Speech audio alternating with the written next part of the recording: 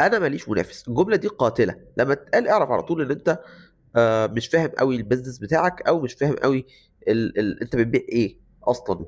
بمعنى والله انا ماليش منافس، يعني انا بقدم سوليوشن فريد من نوعه في السوق. كلمه سوليوشن تعني الحل، حل المشكله العميل. طب هل عميلي من قبلي كان بيعاني بس، يعني ما عندوش حلول تانية بيعملها في حياته؟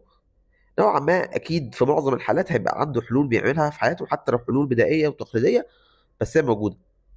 فيبقى اذا هتلاقي اندايركت كومبيتيتور ليك ده اقل، على اقل تقدير. طيب فرضا بقى بماركت ريسيرش محترم كده لقينا ان انت ليك 2 3 كومبيتيتور في السوق، فدي حاجه تفرحك مش تزعلك. ليه تفرحك؟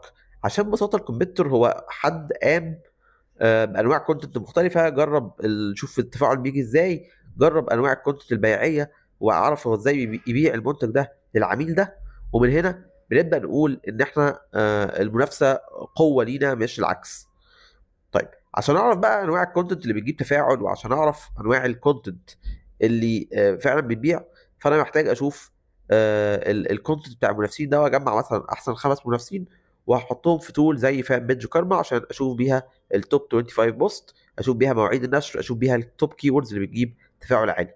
هسيب لك التولز في الكومنتات، جربها وقول لي رايك. شكرا.